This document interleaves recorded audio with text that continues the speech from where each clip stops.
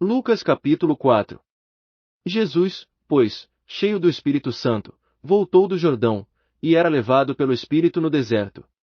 Durante 40 dias, sendo tentado pelo diabo. E naqueles dias não comeu coisa alguma, e terminados eles, teve fome. Disse-lhe então o diabo: Se tu és filho de Deus, manda a esta pedra que se torne em pão. Jesus, porém, lhe respondeu: Está escrito, nem só de pão viverá o homem. Então o diabo, levando-o a um lugar elevado, mostrou-lhe num relance todos os reinos do mundo.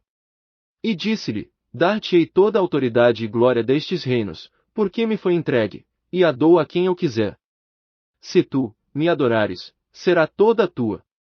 Respondeu-lhe Jesus: Está escrito, ao Senhor teu Deus adorarás, e só a ele servirás. Então o levou a Jerusalém e o colocou sobre o pináculo do templo e lhe disse: Se tu és filho de Deus, lança-te daqui abaixo. Porque está escrito: Aos seus anjos ordenará a teu respeito, que te guardem. E eles te susterão nas mãos, para que nunca tropeces em alguma pedra. Respondeu-lhe Jesus: Dito está, não tentarás o Senhor teu Deus. Assim, tendo o diabo acabado toda a sorte de tentação, retirou-se dele até a ocasião oportuna. Então voltou Jesus para a Galiléia no poder do Espírito, e a sua fama correu por toda a circunvizinhança. Ensinava nas sinagogas deles, e por todos era louvado. Chegando a Nazaré, onde fora criado, entrou na sinagoga no dia de sábado, segundo o seu costume, e levantou-se para ler.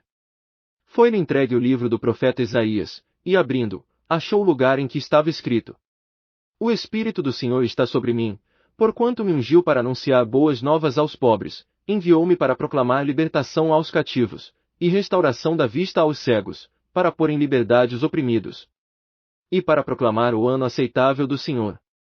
E fechando o livro, devolveu-o ao assistente e sentou-se, e os olhos de todos na sinagoga estavam fitos nele. Então começou a dizer-lhes: Hoje se cumpriu esta escritura aos vossos ouvidos. E todos lhe davam testemunho, e se admiravam das palavras de graça que saíam da sua boca, e diziam: Este não é filho de José? Disse-lhes Jesus: Sem dúvida me direis este provérbio: Médico, cura-te a ti mesmo, tudo o que ouvimos teres feito em Cafarnaum, faze-o também aqui na tua terra. E prosseguiu: Em verdade vos digo que nenhum profeta é aceito na sua terra. Em verdade vos digo que muitas viúvas havia em Israel nos dias de Elias, quando o céu se fechou por 3 anos e 6 meses, de sorte que houve grande fome por toda a terra. E a nenhuma delas foi enviado Elias, senão a uma viúva em Serepta de Sidom. Também muitos leprosos havia em Israel no tempo do profeta Eliseu, mas nenhum deles foi purificado senão Naamã, o sírio. Todos os que estavam na sinagoga, ao ouvirem estas coisas, ficaram cheios de ira. E, levantando-se, expulsaram-no da cidade e o levaram até o despenhadeiro do monte em que a sua cidade estava edificada, para dali o precipitarem. Ele, porém, passando pelo meio deles, seguiu o seu caminho.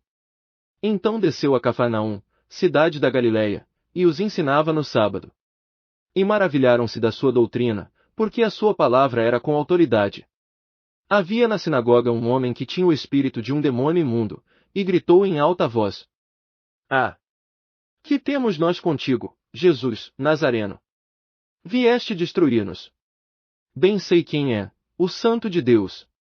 Mas Jesus o repreendeu, dizendo: Cala-te, e sai dele.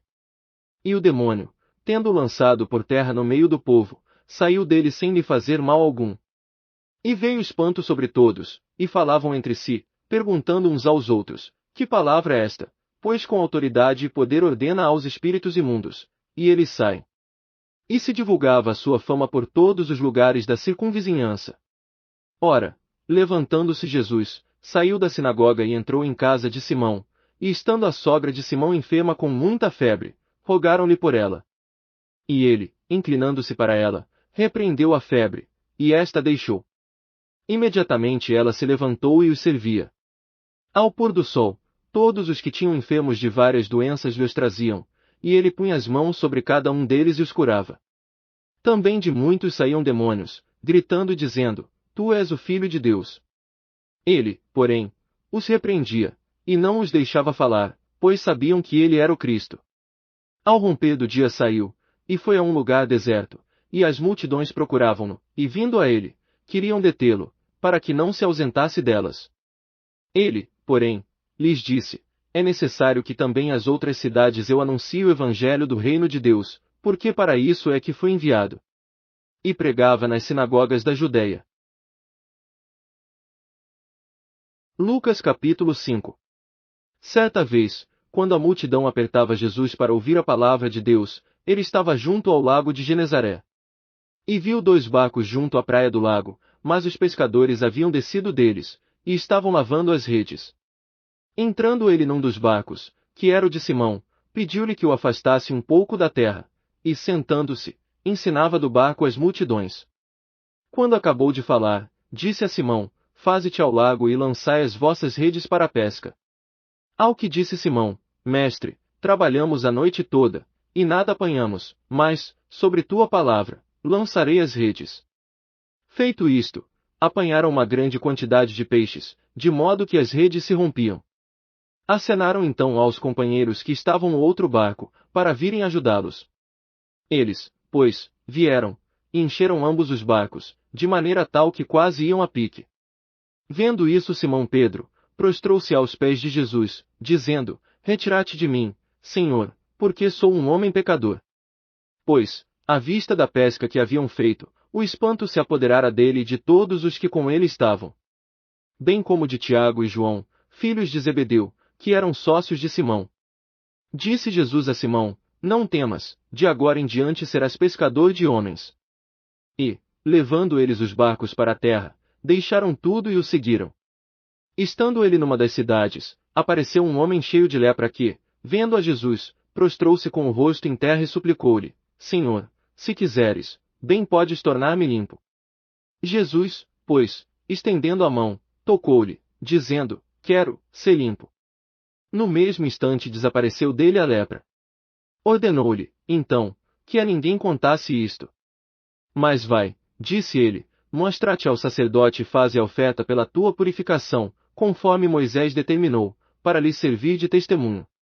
A sua fama, porém, se divulgava cada vez mais, e grandes multidões se ajuntavam para ouvi-lo e serem curadas das suas enfermidades. Mas ele se retirava para os desertos, e ali orava. Um dia, quando ele estava ensinando, achavam-se ali sentados fariseus e doutores da lei, que tinham vindo de todas as aldeias da Galiléia e da Judéia, e de Jerusalém, e o poder do Senhor estava com ele para curar. E eis que uns homens, trazendo num leito um paralítico, procuravam introduzi-lo e pô-lo diante dele. Mas, não achando por onde o pudessem introduzir por causa da multidão, subiram ao eirado e, por entre as telhas, o baixaram com o leito, para o meio de todos, diante de Jesus. E vendo-lhes a fé, disse ele: homem, são-te perdoados os teus pecados. Então os escribas e os fariseus começaram a arrazoar, dizendo: quem é este que profere blasfêmias? Quem é este que profere blasfêmias? Quem pode perdoar pecados, senão só Deus? Jesus, porém, percebendo os seus pensamentos, respondeu, e disse-lhes: por que arrazoais em vossos corações? Qual é mais fácil? Dizer: são-te perdoados os teus pecados, ou dizer: levanta-te, e anda. Ora, para que saibais que o Filho do Homem tem sobre a terra autoridade para perdoar pecados, disse ao paralítico: a ti te digo, levanta-te, toma o teu leito e vai para a tua casa. Imediatamente se levantou diante deles, tomou o leito em que estivera deitado e foi para a sua casa, glorificando a Deus. E, tomados de pasmo, todos glorificavam a Deus, e diziam, cheios de temor: hoje vimos coisas extraordinárias.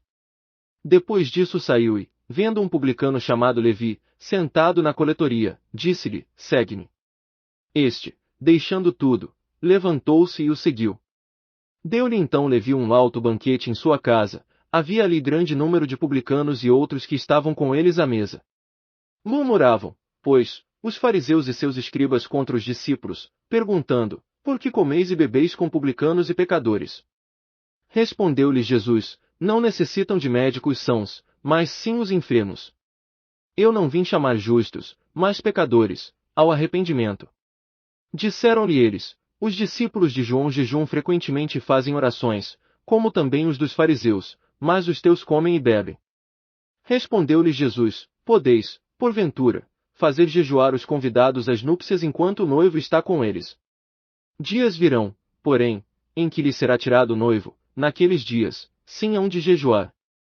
Propôs-lhes também uma parábola: ninguém tira um pedaço de um vestido novo para o cozer em vestido velho, do contrário, não somente rasgará o novo, mas também o pedaço do novo não condirá com o velho.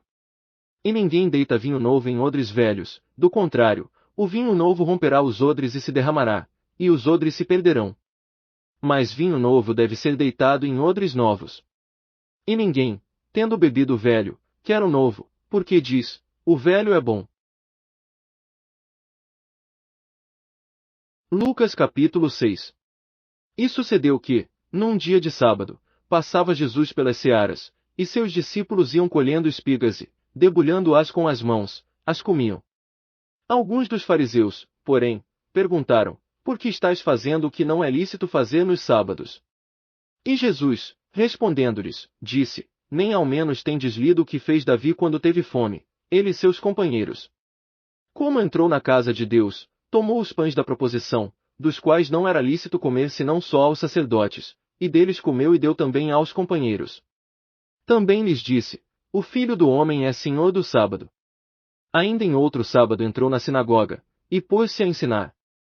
Estava ali um homem que tinha a mão direita atrofiada. E os escribas e os fariseus observavam-no, para ver se curaria em dia de sábado, para acharem de que o acusar.